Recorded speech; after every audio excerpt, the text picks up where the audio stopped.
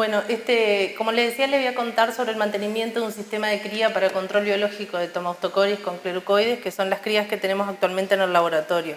Y ahora un poco hablando con Andrea está bueno porque son súper distintas y va a estar bueno.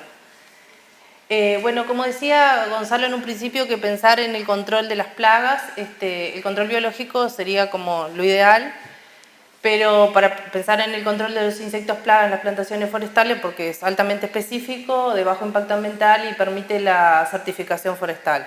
Pero para llegar a ese sistema de control biológico hay atrás un gran esfuerzo de investigación, ya que tenemos que conocer los insectos plagas, sus enemigos, su comportamiento, su biología y determinar protocolos de cría.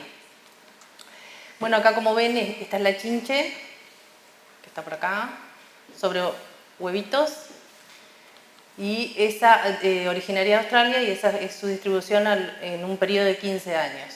Y ese es el Clerucoide noaque, que es parasitoide de huevos y que fue introducido en nuestro país en el año 2013 a partir de Brasil, de Embrapa. Bueno, como nosotros no podemos pensar para el control biológico con clerucoides, necesitamos un aporte de huevos de edad conocida y que sea constante y predecible. Como esas colectas no se pueden realizar a campo, debemos desarrollar una cría tanto de la plaga como de su controlador biológico. Y los estimadores de calidad son esenciales para monitorear cómo se desarrollan esas crías y en el estatus que estamos dentro de ellas mismos, ¿no? Bueno, este es nuestro sistema de cría que contamos hoy en el laboratorio, que consiste con esas jaulas que ustedes ven ahí. Son jaulas de oviposición, donde hay ramos de Eucalyptus tereticornis, previamente esterilizados, donde tenemos sobre ellos machos y hembras del número conocido. Estas jaulas, estos ramos son cambiados 3 veces por semana, lunes, miércoles y viernes. Transferimos los individuos a un nuevo ramo y colectamos los huevos. Esos huevos los contamos y llevamos un registro de los mismos para tener en cuenta la productividad. Con esos huevos nosotros lo que armamos son cajas de eclosiones. Las cajas de eclosiones son cajas de Petri de unos 5 centímetros de diámetro con una base de agua y sobre ello ponemos hojas de tereticornis y donde ponemos entre 10 y 12 huevos por cada caja. Esos huevos son incubados a 25 grados de temperatura, 55% humedad, 12 horas luz, 12 horas oscuridad, en incubadoras que tenemos dentro del laboratorio. Aproximadamente a los 7-10 días, esas ninfas que eclosionaron son transferidas a jaulas de maduración, que son iguales a estas de oviposición, que también tenemos 6 en este momento, pero en esas jaulas lo que tenemos son ninfas en todos sus estadios hasta que llegan adultos. Esos ramos también se cambian 1 o 2 veces por semana y lo que hacemos es transferimos las ninfas a un nuevo ramo y los adultos los separamos, los sexamos, machos y hembras, los contamos, los registramos y esos se destinan o si bien a ingresar nuevamente a la colonia, a retroalimentar la colonia o a otros destinos que tengan, como por ejemplo hoy en día tenemos un proyecto con la inoculación de entomopatógenos, o lo llevamos a Facultad de Química para los aportes y los ensayos que se realizan allá. Bueno, ¿cómo llegamos a este protocolo de cría? Primero tuvimos que establecer sobre qué especie íbamos a instalar la colonia. Después, conocer el ciclo biológico de la cría, o sea, de la biología de la plaga, y después llegar a un registro de productividad que nos permitiera saber qué grado de capacidad de multiplicación del parasitoide teníamos o también cuántos individuos podíamos contar para destinarlo a otros proyectos como hablábamos hace un rato. Bueno, ¿sobre qué especies? Bueno, probamos Tereticornis y Grandis, básicamente porque Tereticornis es susceptible al Tomatocoris y Grandis por la cantidad de área plantada de la especie. Hicimos un ensayo y pudimos ver que la oviposición siempre fue mayor sobre Eucalyptus tereticornis que sobre Grandis. Y si le damos a la hembra la opción de elegir una u otra especie, igualmente seguía eligiendo Tereticornis. Y un ensayo que hicimos con ninfas sobre hojas de Tereticornis y sobre hojas de Grandis, pudimos ver que el porcentaje de sobrevivencia de la ninfa es mayor sobre hojas de Tereticornis que de grandes, o sea, llegaban adultos más individuos sobre hojas de Tereticornis que sobre grandes. Bueno, después de la cría, del ciclo de cría en condiciones de laboratorio del Tomaustocoris, pudimos llegar a saber que las ninfas emergen al día 6, a partir del día 6.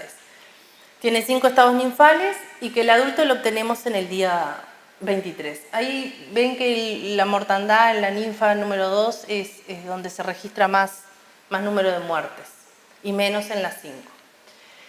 Bueno, la productividad, como ven acá, si bien hubieron picos importantes de oviposición y algunos un poco más bajos, la productividad se mantuvo entre 1000 y 1500 huevos por semana. Si esto nosotros lo pensamos en 6 jaulas de oviposición en el laboratorio, tenemos una capacidad de producción de huevos 7500 huevos por semana, que ya teniendo ese dato sabíamos cómo nos íbamos a manejar. Bueno, esto era sobre la cría de Tomaustocoris, de la plaga. En otra sección del laboratorio tenemos la cría del agente de control biológico, el Clerucoides, que como les dije, lo trajimos en el 2013 desde Embrapa, que es un parasitoide de huevos, que parasita huevos de hasta 3 días, lo que es una condicionante, es decir, nosotros teniendo la cría de Tomaustocoris sabemos los días que tienen de edad esos huevos, entonces es bastante beneficioso. El adulto vive de 2 a 3 días y se maneja en un rango térmico de entre 15 y 25 grados. Si bien ahí ese puntito rojo, eso es la avispa. Mini. Bueno, el protocolo de cría nosotros utilizamos tubos de plástico que le colocamos 100 huevos, que son los huevos que recortamos de las hojas de Tereticornis de aquellas jaulas de oviposición, con 10 adultos sexados, con una tira de papel, con una solución azucarada que la preparamos en base a miel, y lo ponemos en incubadora a 22 grados, 60% de humedad, 12 horas luz, 12 horas oscuridad. Bueno, acá ven que la introducción se realizó en marzo del 2013 con 2.400 huevos expuestos a la avispa. A la avispa. O sea, no era que tuviéramos 2.400 huevos parasitados, eran expuestos. Parte de eso se hizo una liberación a campo y parte se destinó a la instalación de la primera colonia que tuvimos en el laboratorio 2013-2014. Hicimos nuevas liberaciones y como ven acá en el 2014 pudimos hacer una recuperación de parasitoides desde el campo. Nosotros para saber el tema si hay o no presencia de parásitos, lo que hacemos es colectamos huevos de campo, los contamos bajo lupa, contemos aquellos que estén cerraditos y los ponemos en una incubadora en las mismas condiciones que la avispa y le hacemos un seguimiento diario a ver si emergen y en ese caso que emerjan lo podemos saber si son hembras o machos y seguimos anotando todo. Hicimos más liberaciones y luego a partir de una recuperación en mayo del 2015 instalamos una segunda colonia de cría en el laboratorio de avispas. Esa fue a partir de recuperaciones de campo. Y bueno, se siguieron haciendo liberaciones y una nueva recuperación en el 2016. Los estimadores de calidad para saber cómo se comporta nuestra cría, el porcentaje de supervivencia, porcentaje de emergencia y porcentaje de hembras. Esos, en base a los datos que había de Embrapa y Chile de la región, nosotros tomamos estos números, 80, como ven, supervivencia, emergencia 20 y hembra 50, para saber cómo se manejaba nuestra cría. Y acá podemos ver que tanto la colonia 1 como la colonia 2, nuestros datos, nuestros resultados siempre estuvieron por encima de los valores mínimos que habíamos establecido. Entonces con esto podemos decir que nuestras colonias se mantuvieron sobre los estándares de calidad y que no se evidencia una depresión por endogamia. La endogamia, o sea, que disminuya la producción porque sean parientes entre sí. Bueno, también hicimos un ensayo para determinar la temperatura óptima.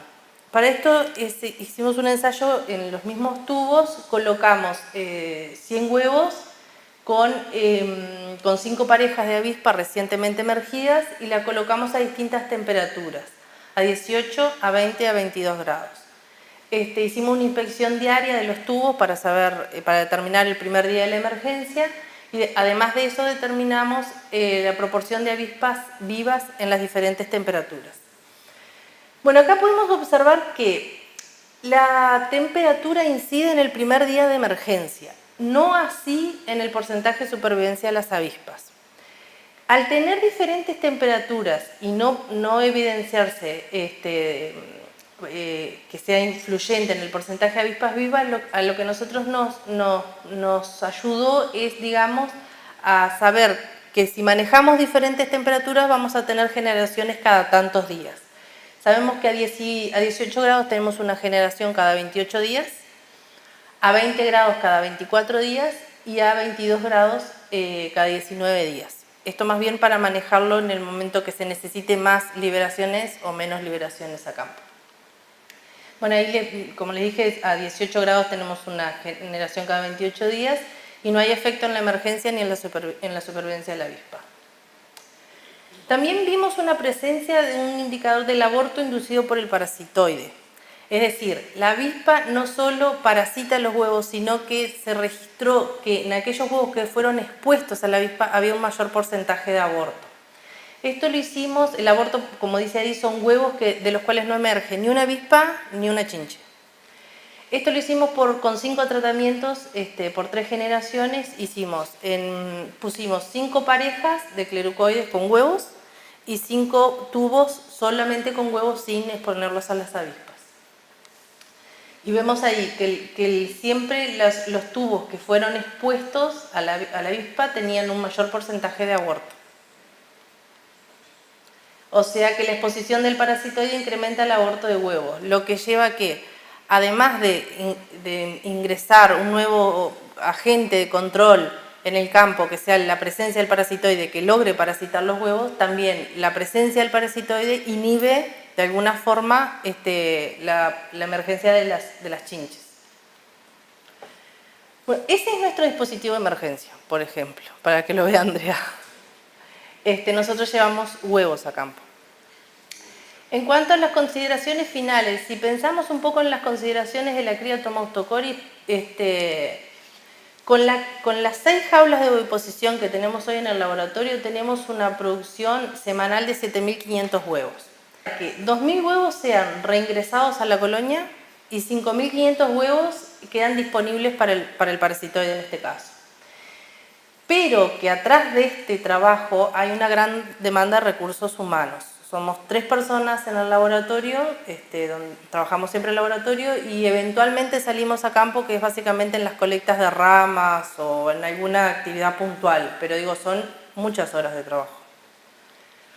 Y en cuanto a las consideraciones sobre el clerucoide, bueno, sabemos que teniendo una preparación de entre 80 y 100 tubos de clerucoides, es un número suficiente para hacer liberaciones a campo manteniendo la cría dentro del laboratorio.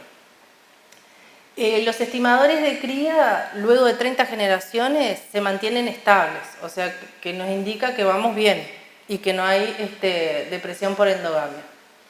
Que se puede efectuar una cría de invierno a 18 grados produciendo una generación cada 28 días, que sería mensual, y sería aplicable para el caso, por ejemplo, en el invierno o en momentos donde la chinche no está tan presente en el campo. Entonces no desperdiciamos ni trabajo ni huevos que se pueden destinar a otra cosa. Y que las liberaciones a campo resultaron, al menos tenemos 2 poblaciones de parasitoides establecidos en el campo, que algunas están acá en la regional.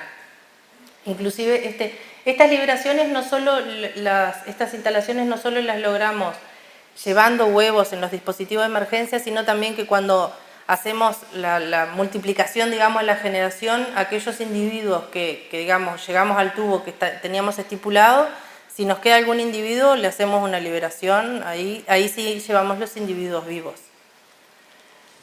Y bueno, y en cuanto a los aspectos logísticos, y bueno, que una cría masiva de clerucoide y para el manejo de Tomaustocoris en condiciones de laboratorio tiene un alto costo de tiempo y de recursos humanos especializados. Y quiero aclarar que especializados no es que sea un cuco la multiplicación, es un tema que son muchas horas, mucha dedicación y mucha práctica. O sea, todos lo podemos hacer porque todos empezamos de cero, pero lleva mucho tiempo, realmente. Y mucho esfuerzo, porque al ser es un parásito, al ser algo biológico, o sea, emerge el día que emerge, no emerge cuando vos querés que emerja. Entonces eso también es muy complicado. Bueno, que pensando un poco en establecer un sistema de cría masiva que no sea experimental, de llevar las liberaciones a campo, pensando en un control en las empresas, tendría que haber un sistema muy aceitado en cuanto al tema del tiempo, ya que como vimos, el adulto vive 2 a 3 días. Entonces, tenés que tener algo muy aceitado, que venga la empresa, levante los tubos, los lleve al campo y que el día que emerjan las avispas, esos huevos estén en el campo, porque si no se pierde todo el trabajo. Y bueno, que digamos que la variación anual de la chincha y el eucalipto, que hay años que hay un poco más, un poco menos, se puede pensar en un futuro en un sistema que sea de colecta, multiplicación y liberación directamente de campo. Entonces, al contar con las poblaciones establecidas, digamos, te liberás de la presión de mantener una colonia de cría en laboratorio. Pensando un poco de que cuando, bueno, surge la chinche, bueno, hubo una explosión, bueno, vas al campo, recuperas los parásitos y bueno, y le das, multiplicás y los volvés a liberar un poco para el control. Bueno, eso es el equipo de trabajo. Muchísimas gracias por su atención y si tienen algunas preguntas.